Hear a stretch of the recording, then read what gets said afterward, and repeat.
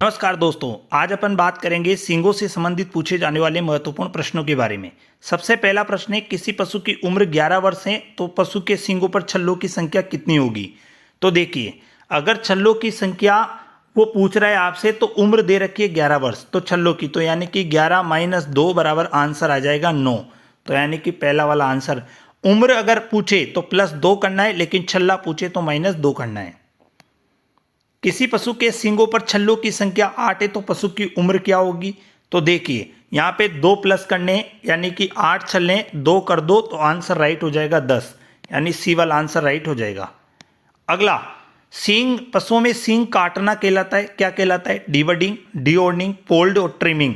तो सींग काटना कहलाता है डीओर्निंग, जिसके लिए आरी, क्लच वायर, ग्राइंडर आदि का प्रयोग किया जाता है।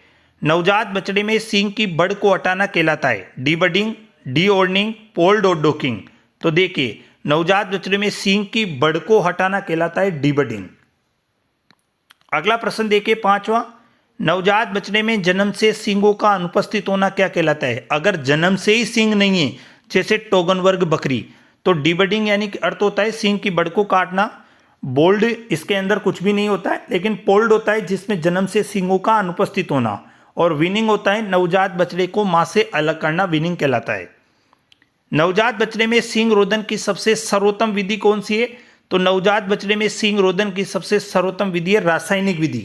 देखिए, ऑप्शन में रासायनिक था, इलेक्ट्रॉनिक मशीन विधि है, आरी, क्लच वायर है, उपरोक्त सभी है, लेकिन रासायनिक विधि सबसे सर्वोत्तम और वैज्ञानिक विधि मानी जाती है। नवजात बछड़े में सींग रोधन की उपयुक्त उम्र कितनी है। 4 से 8 सप्ताह है, 1 माह है, 10 से 15 दिन है, कभी भी कर सकते हो। तो कभी भी नहीं कर सकते अपन, सिर्फ 10 से 15 दिन, जब सींग की बड़ जो होती है वो कच्ची होती है, कठोर नहीं होती है, तभी आपको सींग रोधन करना है, क्योंकि बाद में जब कठोर हो जाएगी तो पशु को भी पेन होगा। अगला प्रश्न देखिए, पशुशाला में साधारणतया सोडियम हाइड्रोक्साइड NaOH का प्रयोग किया जाता है सफाई करने में, सींग रोधन में, पशु को खुर साफ करने में, इनमें से कोई नहीं। तो याद रखना, पशुशाला में साधारण सोडियम हाइड्रोक्साइड का प्रयोग किया जाता है सींग रोधन में। अगला, सींग रोधन की रासायनिक विधि में मुख्यतया कौन सा रसायन काम में लिया जाता है। तो KOH, NaOH, potassium hydroxide, AOC दोनों। तो इसके अंदर राइट हो जाएगा AOC दोनों, यानी KOH, और KOH को पोटेशियम हाइड्रोक्साइड के नाम से भी जाना जाता है। गायों में सबसे बड़े सींग किस नस्ल के होते हैं। राठी गाय के, गिर गाय के, कांकरेज गाय के और थार पारकर गाय के। तो गायों में जो सबसे बड़े सींग होते हैं वो कांकरेज गाय के होते हैं, यानी सी वाला आंसर राइट हो जाएगा। गाय की किस नस्ल में सर्वाधिक सींग कैंसर होता है।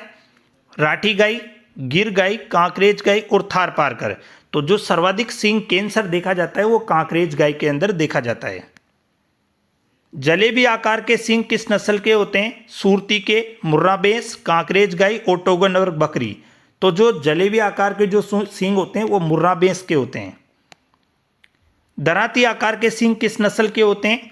सूरती भैंस, मुर्रा भैंस, कांकरेज गाय और टोगन वर्ग बकरी। तो दराती आकार के जो सींग होते हैं वो सूरती भैंस के होते हैं। अगला प्रश्न है, बकरियों की सींग रहित नस्लें साने, जमुनापारी, टोगनबर्ग, एंग्लो न्यूबियन। तो आंसर राइट हो जाएगा अपना टोगनबर्ग, जिसका उत्पत्ति स्थान स्विट्जरलैंड है। अगला प्रश्न, बेस की वह नस्ल जिसमें दोनों सींग मुंह के दोनों तरफ नीचे आकर वापस ऊपर चले जाते हैं, ये किस नस्ल की प्रमुख विशेषता है। यानी कि ऐसे सिरे और ऐसे सींग वापस ऊपर चले जाते हैं, तो ऐसा पाया जाता है जाफराबादी भैंस में। सींगों की छल्ला विधि मुख्यतया खाली जगह में प्रयोग की जाती है। यानी कि सींगों की जो छल्ला विधि है वो मुख्यतया किन पशुओं में प्रयोग की जाती है।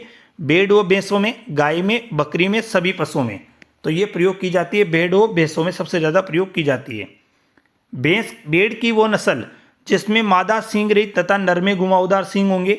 मेरिनो, चोकला भेड़, जैसलमेरी भेड़, कराकुल। तो आंसर राइट माना जाता है मेरिनो। सींग रोधन की इलेक्ट्रॉनिक मशीन विधि में मशीन का तापमान कितना रखा जाता है। तो इसके अंदर 540 degree Celsius, 1000 degree Fahrenheit, 540 degree Fahrenheit. तो आंसर राइट हो जाएगा AOB दोनों, यानी 540 डिग्री सेल्सियस रखा जाता है और सेल्सियस को जब बदलते हैं तो 1000 डिग्री फ़ारेनहाइट होता है। तो आंसर राइट हो जाएगा AOB दोनों राइट हो जाएगा।